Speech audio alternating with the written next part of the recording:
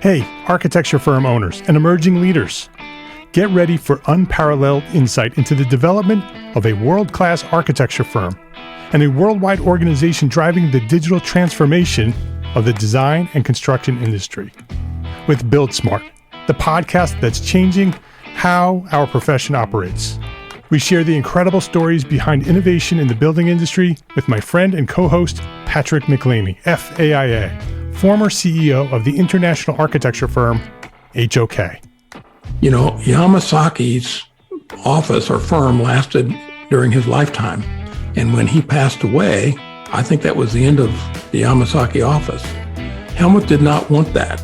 He wanted a firm that would live out and grow beyond the founders.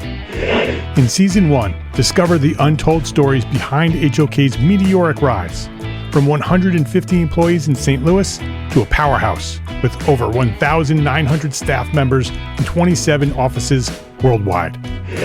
You know, they weren't as polite as the Kojima people. That was just boom. And anytime you have a creditor, whether it's Kojima or the bank, that wants their money, unless you can raise money someplace else, you are out of business. Bankrupt. And hold on tight for Season 2, where Patrick takes us on a new adventure as chairman of Building Smart International, shaping the future of digital transformation in the design, construction, and operation of built assets. Ian Howell, Ken Harold, and I, Ken was my technical representative from HOK. The three of us took a tour of Europe of 5 cities in 5 days. Very busy time. Simply follow the link in the show notes to subscribe to Build Smart now and uncover lessons that will transform you and your architecture firm.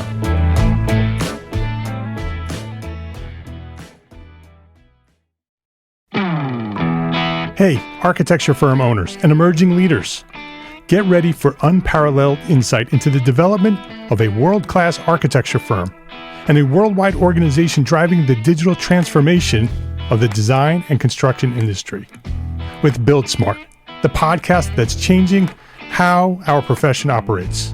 We share the incredible stories behind innovation in the building industry with my friend and co-host, Patrick McLaney, FAIA, former CEO of the international architecture firm, HOK. You know, Yamasaki's office or firm lasted during his lifetime. And when he passed away, I think that was the end of the Yamasaki office. Helmut did not want that. He wanted a firm that would live out and grow beyond the founders. In Season 1, discover the untold stories behind HOK's meteoric rise, from 150 employees in St. Louis to a powerhouse with over 1,900 staff members and 27 offices worldwide. You know, they weren't as polite as the Kojima people. That was just boom. And anytime you have a creditor, whether it's Kojima or the bank, that wants their money, unless you can raise money someplace else, you are out of business. Bankrupt. And hold on tight for Season 2, where Patrick takes us on a new adventure as chairman of Building Smart International, shaping the future of digital transformation in the design, construction, and operation of built assets. Ian Howell, Ken Harold, and I, Ken was my technical representative from HOK. The three of us took a tour of Europe of 5 cities in 5 days. Very busy time. Simply follow the link in the show notes to subscribe to Build Smart now and uncover lessons that will transform you and your architecture firm.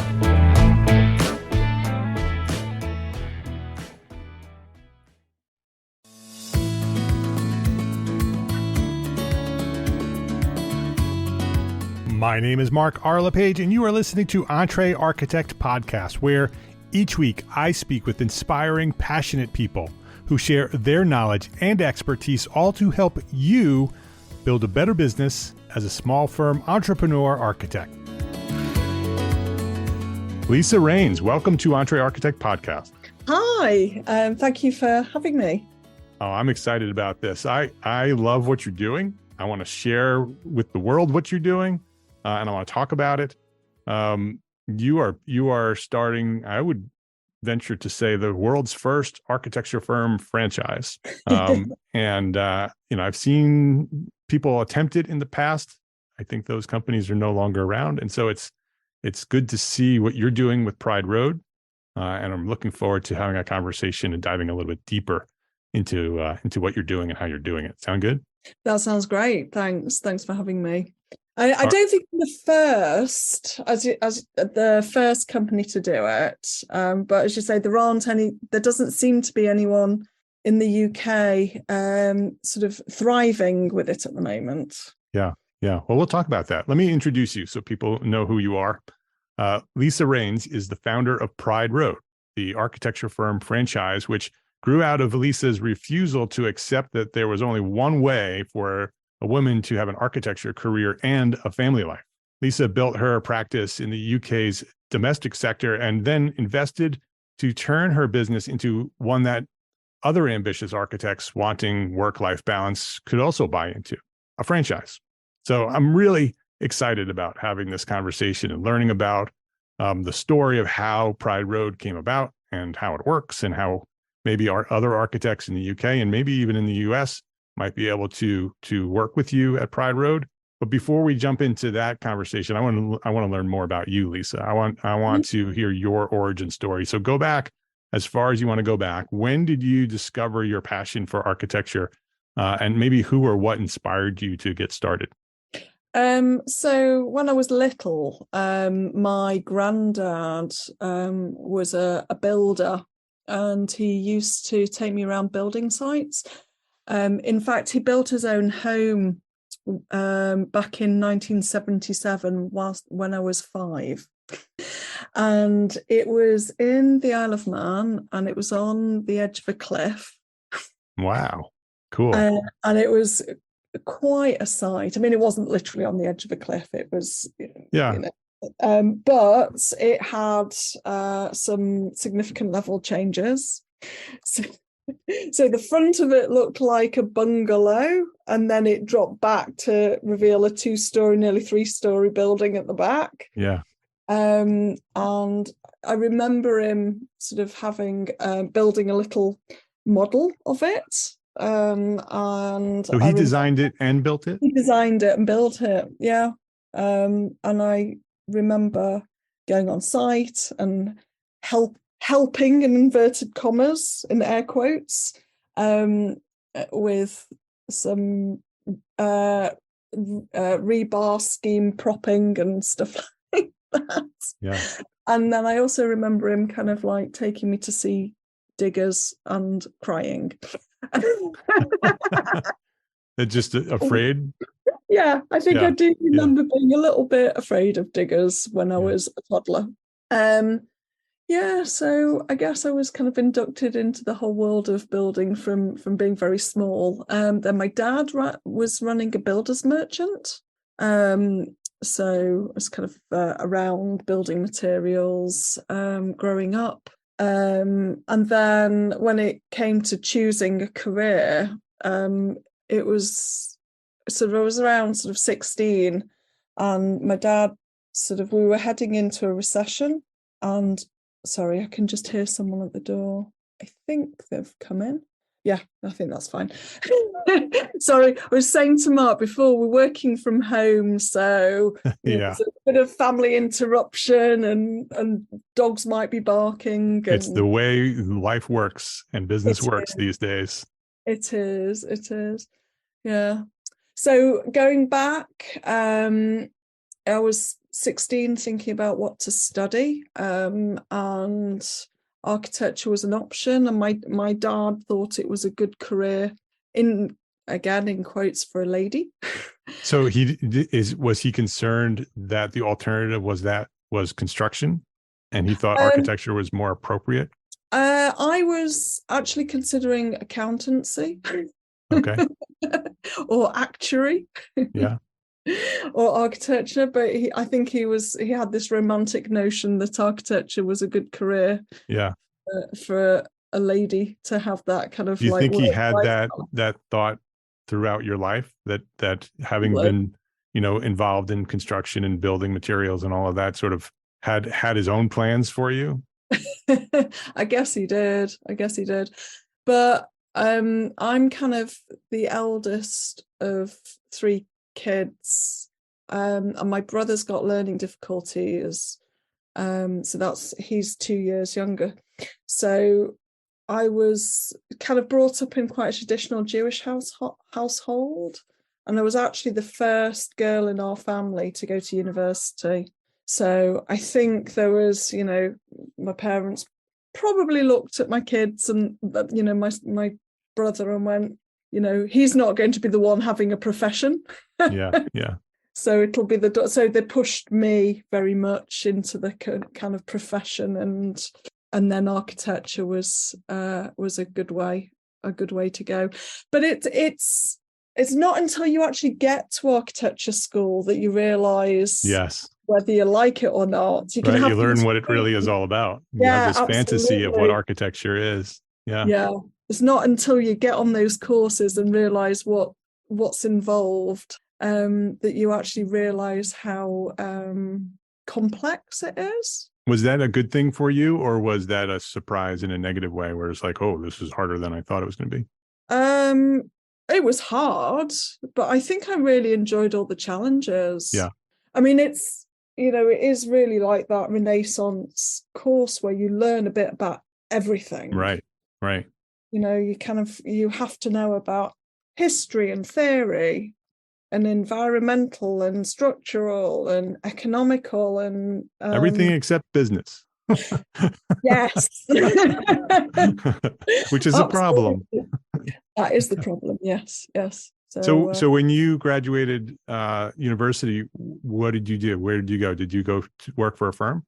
Yeah. So I worked for in Simpson, who's now Simpson Huff. So one of the kind of outstanding design-led Manchester practices. So one of, I'd say, the UK's leading sort of architectural companies. And that's really where I cut my teeth. So they helped me through my Part 3s, so the professional qualifications. Mm-hmm. And, it was kind of, it was exciting, but exhausting. It really was that kind of long hours, quite misogynistic work culture at the time. Yeah. And I think I burnt out during that time. So I was there for like 18 months, and there was a lot of pressure to, like, who was the first one in the morning, who was the last one home at night, who was in at the weekend. It was very competitive and not a good culture. Not a good culture at all. And so I kind of left there to go to New York. What did you do in New York?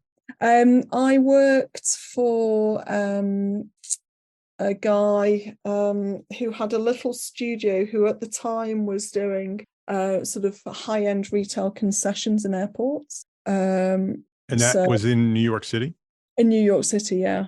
Okay. So actually, it was really exciting to be in New York City, but the work was incredibly dull. Repetitive, sort of doing the same thing. Repetitive. Sorry? Yeah. Repetitive. Yeah.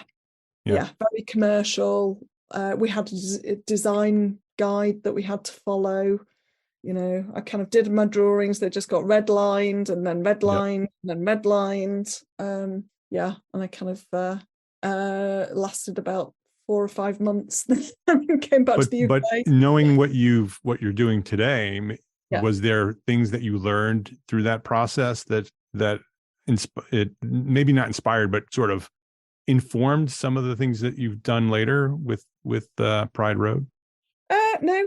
Yeah. Okay. Yeah. That's it. Yeah, absolutely. I mean, I think I've had quite a range of experiences. So after working for Simpsons, I came back, and then over in the States, I came back. I did some work at Urban Splash, which had a kind of Northwest UK developer who, were kind of doing things like when people were moving back into the city centre. And converting kind of old warehouses into apartments. They were kind of the leading developers of that at the time. I know you're talking like, 25 years ago. And that was exciting. That was really exciting. We'd go into enormous kind of Yorkshire mill buildings to see what the potential was. We'd go down to Plymouth and look at kind of historic dockyards and do master planning. I suppose that was all about conservation and kind of working with an existing sort of building. the complete opposite of what you were doing in New York City. Yeah. Right. Because New York City was very repetitive, smaller commercial work. Now you're doing, taking old buildings, converting them, reinventing them, totally custom, every single one of them. Yeah. Very interesting. The big change. Yeah. But then, I learned about the value of every square inch, centimeter. And it was all about maximizing space for commercial benefit. Yeah. So I think I learned a lot of, between there and Simpsons, learned a lot of skills around functional design and just ergonomics, and which I think is absolutely, that's what I use. That is definitely what I use now. Yeah. To help. But what I do now is completely different. It's the other end of the scale. I work with individuals on their homes. So instead of creating apartment buildings for 100 people or 100 families, and who you'll never know, I might work on 100 projects, but with individuals each within that. And so I'm using the same skills, but then there's the kind of human relationship within that. And that's what I love. Yeah. And so to talk about what you do at not at the franchise side, but for your own practice, what type of work do you do? And so you're doing residential work with homes and families. So it's additions and alterations, or is it new homes? Just additions and alterations. Okay. We've really niched down to renovations, and that's it. We don't do new builds. Yeah. Or we don't do multiples. We don't do HMOs. We don't do commercial. We don't do high rises. It is just alterations and extensions. And so niching down to that level of focus where you do residential work, additions and alterations only. How intentional was that? And why did you choose to do that and not sort of do everything for everybody? When I first set up on my own back in end of 2010, so having had this sort of chasing this career of design-led practices and potentially wanting to run my own, climb up to director level or whatever, and being kind of having the door slammed in my face, I ended up being forced to set up on my own out of necessity, because at the time it was post-financial crash. I'd had my third child. I was the breadwinner in my family. I had to get out there earning, but 50% of all architects had lost their jobs. Yeah. And so it was like, right, go out, find work, make it work. And to start off with, I was like, yeah, I'll do anything. I'll and then you kind of try and do what you'd been doing. So, master planning and commercial. Right. And I'd started doing a little bit of working with homeowners, because I'd got, oh, you're an architect, you can do my extension. Right. And then I did a bit of soul searching. What do I want to do? And that was, I'd like to do social housing. I don't know if the terminology is the same in the States. What is social housing? So it's affordable housing. Okay. It's working for housing associations and councils and governments. Yeah. Sort of trying to, and the idea was just trying to help people, but from the kind of government side.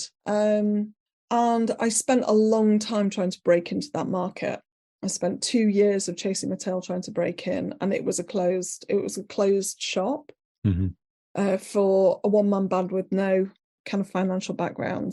And once I'd started doing some larger scale work for NHS estates. So that's our National Health Service estates. And I started finding that their payment terms were ridiculous. It was 90-day payments. And so if you're doing a big project with a 90-day payment, you've got cash flow issues Right. quite quickly. Yeah. You're doing a whole lot of work and not getting paid for it for months. Yeah. So, the one kind of working for a homeowner turned into 2, turned into 3. And then I started realizing that actually working with homeowners was more dependable and more sustainable on as a business than working your butt off for a large project and getting badly paid for it. Yeah. You have more control. More control. If there's a bad debt, it's a small amount rather, Right. it's a small part of your business rather than, your main income. You can sort of put 7-day payment terms. So, you get paid better. The work is more predictable. You're not having to, each time you approach a different project, you've got the same legislation and regulation, so the same codes and zones or whatever to deal with. You become much more effective and more efficient with the work that you do because you become an expert at that type of work. That's right. So even though, there's always new codes, new legislation coming through, so we learn about them and adapt. But you're not, sort of having to, if you're jumping from school work to university work to hospitals, each time you hit a project, there's new codes. Right. And you need to know all of them if you're doing all that type of work. Yeah. Whereas with this, it's just one set of changes, and there's a lot of, I thought I would get, bored by doing one type or one style or one typology, but you don't, because each client's different, each project different, each council, geographical area, site is different, and it's the joy in those little things that and helping people make it worthwhile. Yeah. It's the market that I built my business with as well. And so I recognize all of those things that you're talking about. And for very similar reasons. I like having the control and to be able to affect a family's life, right? That every job that we do as residential architects have direct impact on the lives of the people that we work with. As most architects do, but we see it in very clear examples, right? And as our projects are finished, you can see how we've affected those people. How long did you have your own firm doing your own thing before the idea of the franchise came around? What was the inspiration to go from just another successful architecture firm to helping other architects become more successful? Well, I think it was so it was 2 years into the business when I was niching down into the residential. And then I'd found this way of working, which involved doing a hand-drawn concept design workshop. So a kind of big issue that I'd had was convincing clients to, move forward with us without them committing a huge amount of money. So you're not going to do anything speculative, and you get caught between with overproducing or doing speculative work. Whereas the concept design workshop, it's we do a hand-drawn set of drawings in front of our clients within a half day or a full day, and it's a paid piece of work. So it's £450, probably equivalent in dollars or a bit more, for a half day, and 600 for a full day. Interesting. So they sign up, you go to their house. Yes. With your sketch pad and trace paper and your pens. Yep. Go through a process of conversation and understanding of what they want to do. Yep. And essentially do the concept design right there in front of them. Yes, that's it. Interesting. Because I've always looked at that first phase, and the ability to sketch, right? To be able to sketch and take ideas and put them on paper in front of clients is magical, right? The clients look at that and are amazed that you can do that. We as architects take it for granted that we can take ideas from our head and draw them on a piece of paper. For clients who can't do that or haven't seen people do that, we literally look like magicians. And so that's a very effective way to show your value very quickly right there in front of them. Mm-hmm. It's a great idea. So we start with a free 1 hour initial consultation, which we'll do online to start off with, where we'll talk through the process and then give the client the range of fees for kind of going forward. But, before they commit to the full works and, CADing up and gives them a low friction, almost fun process to go through and pay you. Yes. To get them excited to go to the next step. Exactly. And so doing that process, you solidify the client's brief. You can we do an optioneering. We help them to do an optioneering exercise. So we might give them sort of 3 options for a ground floor and 3 options for a first floor. So it might be, option 1, and then off on the back of those, we ask them to do 3 things with them. We ask them to speak to builders, contractors to get an idea of cost. Speak to estate agents, is that realtors? Yes, realtors. To get an idea of value, and speak to neighbours to see if there's any showstoppers, because quite often in this country, our houses are attached to one another, either in a terrace or a semi-detached house. Yeah. But they're not on plots with land around them. Right. So you want to make sure that your neighbors are on board with your idea. Yes, because otherwise it gets really expensive. Yeah. And very time consuming. And then we get the clients to feed back that information to us. So we let the clients do that. They do their own finding. And if they decide they want a 3-story tower on the back that's going to cost them £200,000 or $200,000, and it's it's only going to add on £50,000 worth of value. Right. They've done their own calculation to determine whether they want to go forward or not. Yeah. And they're the ones that work it out, not us. Right. Then they're committed.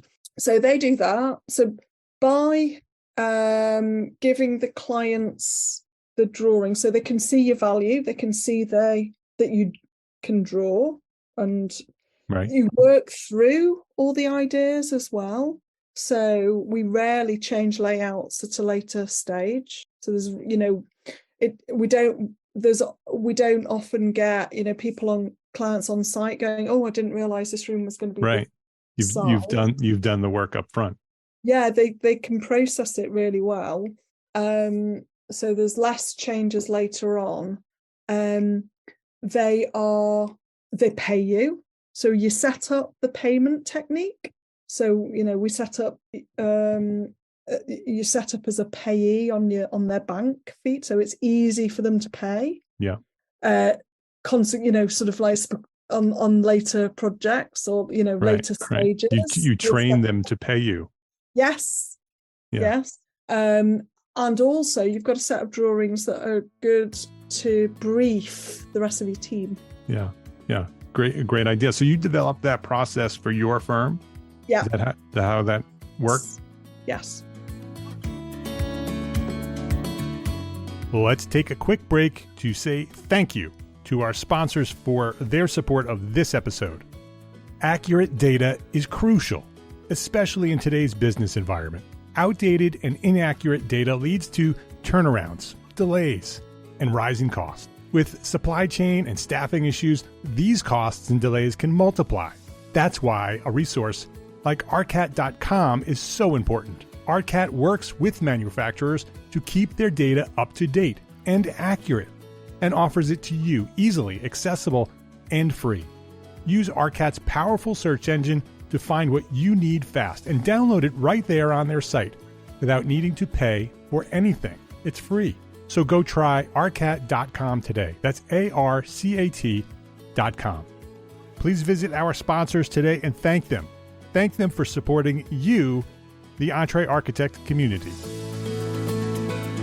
And so once I've realised that for me it's a numbers game, so I need to see a certain amount of clients before I get a conversion to workshops. So that's going to change depending on the economical climate at the moment. It's the conversion rates are lower, higher, whatever, because it's a bit tough out there.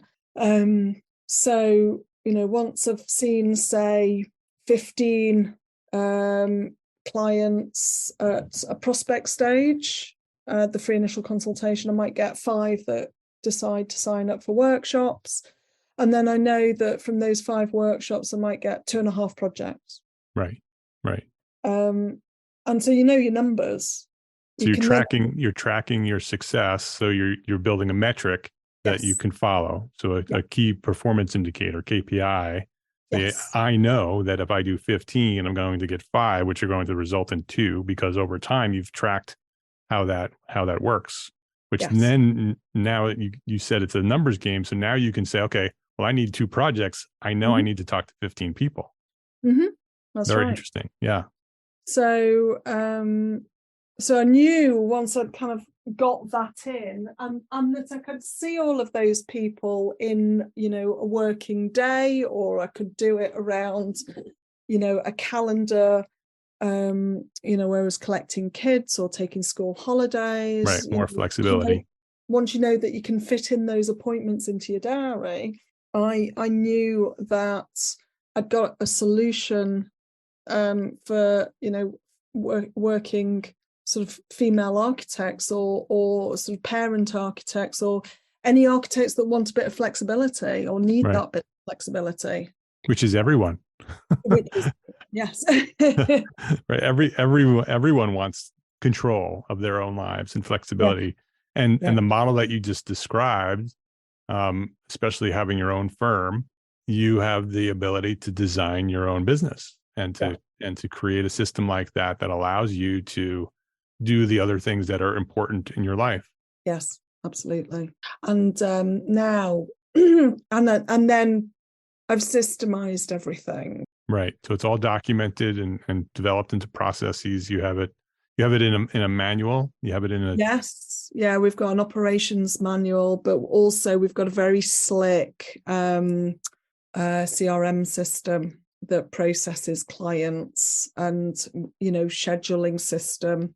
And is that something that you built custom for your firm, or are you using a product for that? No, I'm just using Zoho. Zoho, okay. But it did take 2-3 years to build it for us. Sure. It still needs to be developed into a concept that works. Yes, absolutely. Yeah. And there's a bit of extra code in there to make it look pretty.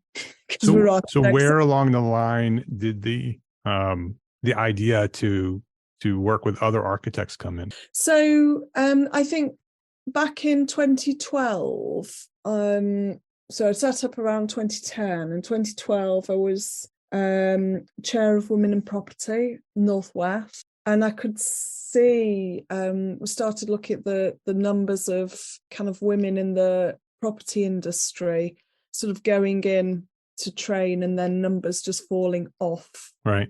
Yes. Of over age, and I could see that there were kind of issues, and also I was on the RIBA Council, National Council, from 2015 to 2018. So at the time, it was something like 17.5% of the RIBA database were female, but it was 50-50 entry into architecture school. Right. You've got a massive discrepancy. And I'd kind of found this business that would work for, offer that flexible support. And so, I thought I just wanted to get it out there somehow. And I was reading business books, and I was reading Michael Gerber's E-Myth Revisited. Sure. Yeah. One of my favorites. Yeah. And he talks about franchising. Yeah. So was that the inspiration? You built the systems, you had it all there, reading the book, and you're like, wow, Yeah. this is. What I thought was, if I set up my business as if I'm going to franchise it, set up the systems. If I don't franchise it, I've got a really robust system. Right. Which is that's the concept of the book, right? He's not really proposing that you develop a franchise model. He's proposing. I'm a bit literal. Yeah, well, that's what I'm saying is that the book, for the listeners, the book is not necessarily, saying that you should take your business and franchise it. It's saying build a business that can be franchised, right? It's right. And so that's what you did. You built an architecture firm with the idea that it could be franchised. You built all the systems and the processes and the checklists and all the things that you need in order to run and confirm a successful business. And then realized that, well, here it is. It's working. Why not franchise it? Is that what happened? Yeah. Well, I kind of thought, let's go down the franchise route and see what happens. And I looked into it and set it up to franchise. I think one of the first things that I did was rebranded. So when I set up back in 2010, I kind of practiced under the name Raynes Architecture. Yeah. So that's my name. Well, actually, it was my father's name because I was married at the time using a different name. But Raynes was always the name that I'd studied under and I'd worked under. So that's what people knew. Yeah. But I thought, I realized that if I was going to scale, then actually using my personal name wouldn't necessarily relate to anyone. Right. And so that's where we went through a marketing and branding exercise and came up with Pride Road. And when I say I went externally to a marketing company. Because even though as architects, we think we can do everything. Yeah, right. Yes. Right. It's important to realize that we can signpost. Right. And that actually, if you need expert advice, you go to expert. So I went to a marketing expert. Yeah. Well, it's a great name. It's a great brand. Thank you. How does the model work today?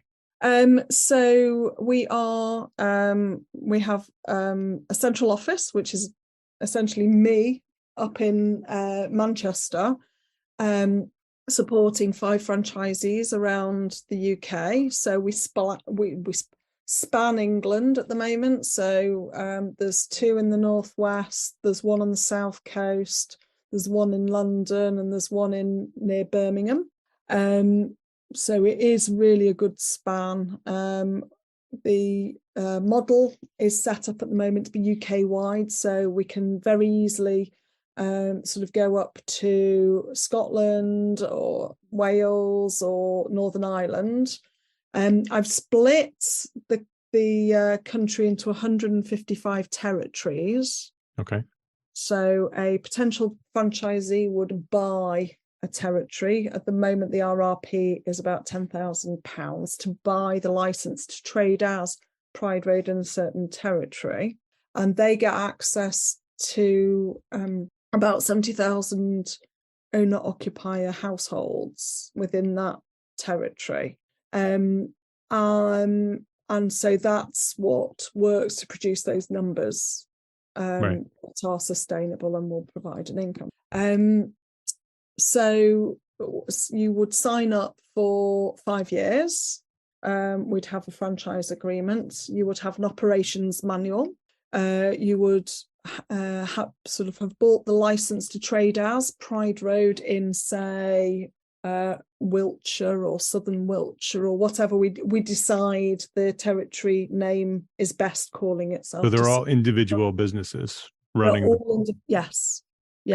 So it would be Mark LePage Limited trading as Pride Road Bath. Got it. Okay. So it's your company with your own PI, your own professional indemnity insurance, but you're trading as Pride Road Bath. So, and we have a central website, Pride Road, with individual locations. So everyone benefits from a shared portfolio. Oh, interesting. Okay. So when you set up on your own, and say you've been working in a commercial practice doing kind of cladding design or, fenestration or whatever, you don't have a portfolio that necessarily relates to, a residential homeowner. So you've got access to the shared portfolio. All the graphics, we do professional photographs, you can showcase the concept design workshop. Do you do marketing beyond the website? Oh yes, absolutely. So we do Facebook, Instagram, some LinkedIn, some Twitter, some TikTok. Yeah, for sure. Well, there are clients there, a lot of clients there. Yeah. The whole world is on TikTok. Yeah.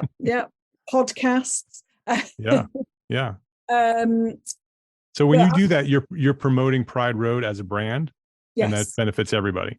yes. One thing that I'm about to do, we're about to launch a national TV advertising campaign. That's exciting. Is really exciting. Yeah. So we're running it on Sky TV. It's called Sky TV AdSmart.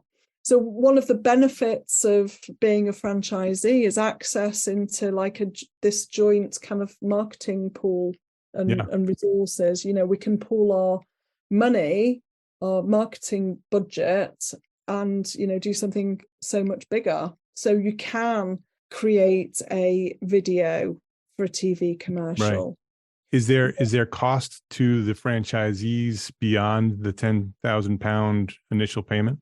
Yes, there is. There is £150 marketing levy paid on a monthly basis, and 10% of the turnover on a monthly basis. So £150 plus 10% of revenue.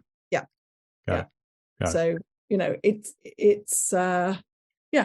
and you've got to work it out. You've got to work it out financially.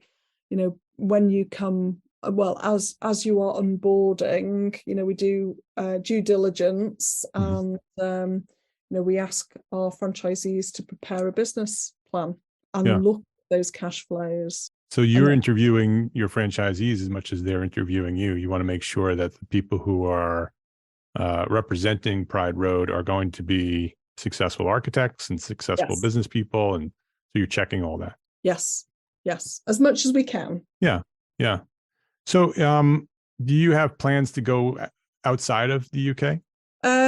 Yeah, well, I'd love to. The way that we'd look at it internationally is to partner up with a master franchisor to cover, so whether it's Australia or the US or a state in the US, we'd be looking at a master franchisor, so who would then sort of offer someone who would take on your role in another location.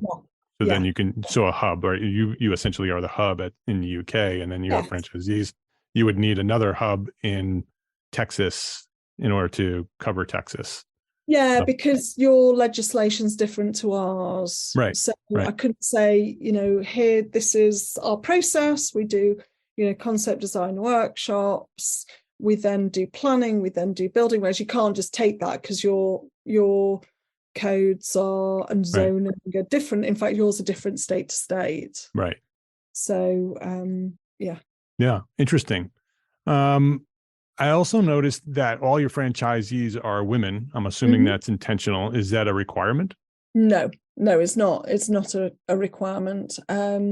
It's we are family friendly. We are flexible, which would work, across genders. So what does the future look like? So I know that, there's a possibility that you may expand beyond the UK, which we just talked about. What do you sort of hope that the next 3 to 5 years looks like for Pride Road? I'm 3 to 5 years. I think growing our franchise base in the UK. I'd like to see sort of 10, 15, 20 franchisees in the next 3 to 5 years. Maybe that's too optimistic, but certainly growth. And maybe I'd be talking to someone in the States. Yeah. Well, somebody listening right now might be interested in that. So if they are, how do they connect with you? If somebody's interested in doing something with you here in the United States? Well, if they were to come on have a look at the Pride Road franchise website, then my details are at the bottom, so they can great. It's prideroadfranchise.co.uk is the franchise website. Yeah. We'll have a link to that on the show notes. I'll repeat it again at the end. Lisa, you have a great story and very inspiring, some great ideas as well. So even if you're not going to franchise, the things that you've done are things that every architect should be doing. Developing a system that works, right? That potentially could be franchised. That's the concept, right? And I highly recommend the E-Myth Revisited by Michael Gerber. Every architect should read that book. And if you're questioning, should you read the original or read the architect one? Read the original. Read the original first. If you want to read the architect one, that's fine as well. Norbert is a great writer and has great ideas. He's been on the show as well. But the original is the one that will inspire you, that will share the ideas of what Michael originally talked about. And so read that book. Every architect should read that book. Before we wrap things up, Lisa, what is your thought on what's one thing that a small firm architect can do today to build a better business for tomorrow? So I think it's just about niching down and just really kind of looking at what you either are good at or want to do. So you may not be the best, sort of elderly care designer now, but you may want to be there. So that's something you want to aspire towards, and then concentrate on it. Become an expert in that. Do your research, attend conferences, talk at conferences, and then you will attract clients to that. Yeah, great so advice. I would say, I'd say niche. Try not to be a jack of all trades and master of none. Yeah, and that's hard for a lot of architects. Architects want to help the world, and they want to do all different things and have experience and explore all these different ways. But in order to be successful in business, you need to niche down. But I would say just watch the climate as well, the economic climate, because a certain type of architectural work may boom in 2023, but in 2025 will all the funding be cut for it? Right. Yeah. So you do need to have a look at the historical patterns around it. Yeah, look ahead, look behind, and then niche down and go for it. Become an expert. Great advice. Lisa Raynes is her name. The company is Pride Road, like a lion, Pride Road. If you'd like to learn more about the franchise opportunity, the website is prideroadfranchise.co.uk. We'll have a link to that in the show notes. If you want to see the client-facing website, that's prideroad.co.uk. So Pride Road without the franchise, prideroad.co.uk. Lisa, thank you. Thank you for doing what you're doing. It's inspiring to hear your story. It's motivational to hear the systems that you've built. Architects all should be developing systems for their business to become more successful, but not only successful, but to have that freedom and control that you'd like. Go ahead. Sorry, I completely forgot. You can also listen to me on my podcast. Am I allowed to say that? Yeah, absolutely. What's the name of the podcast? There is the Pride Road Architects podcast. All right. We'll have a link to that on the show notes as well. The Pride Road Architect podcast. Excellent. Thank you. Thank you for all you're doing. And I appreciate you for coming by here, sharing your story, talking about Pride Road, and inspiring us. Thanks for being here at EntreArchitect Podcast. Thank you very much for having me.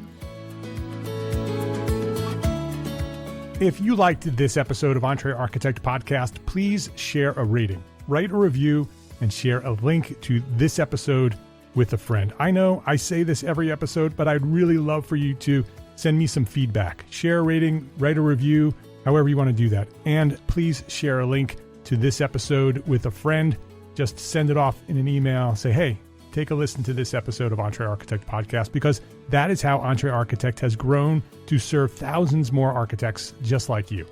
I appreciate it. Share a rating, write a review, and share a link to this episode with a friend. Thank you to all our sponsors for this episode. Links to all our sponsors and all the resources that we discussed today in this episode are available at the show notes for this episode, and all the episodes can be found at entrearchitect.com/podcast. entrearchitect.com/podcast. EntreArchitect is a member of the Gable Media Podcast Network. That's the media network that's dedicated to architects, engineers, and construction pros. Listen and subscribe to all the shows at gablemedia.com. That's GABL media.com. If you like this podcast, if you like EntreArchitect Podcast, I think you'll love all the podcasts at Gable Media. Go check them out at gablemedia.com. My name is Mark R. LePage. Thank you for listening to this episode of EntreArchitect Podcast. I appreciate you. Love, learn, and share what you know.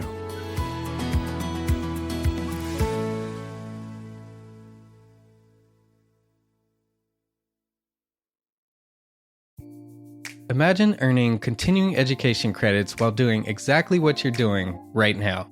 Well, you can. Gable Media has revolutionized the way you earn your continuing education credits with a groundbreaking approach. Forget running around town and scouring the internet for credit-worthy courses. Fulfill your CE requirements effortlessly by listening to engaging podcasts just like the one you're listening to now. Our podcasts are designed to educate, entertain, and inspire, all in a user-friendly environment. But wait, there's more. Architects, Gable Media is also approved as an AIA continuing education services provider. Upon completion, we handle everything, from reporting your hours directly to the AIA to storing your certificates in your personal Gable Media profile for your self-reporting needs. So follow the link in the show notes and start earning your credits in the most innovative and entertaining way possible with Gable Media.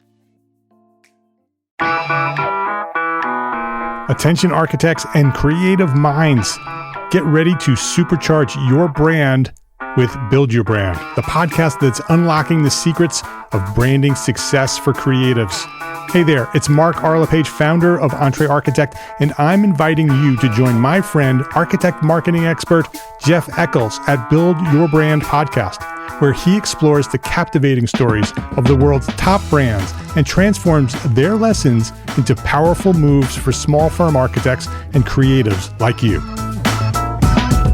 In Season 1, Jeff shares the thrilling tale of Southwest Airlines, where he dissects their journey to the summit and distills it into strategies tailor-made for you.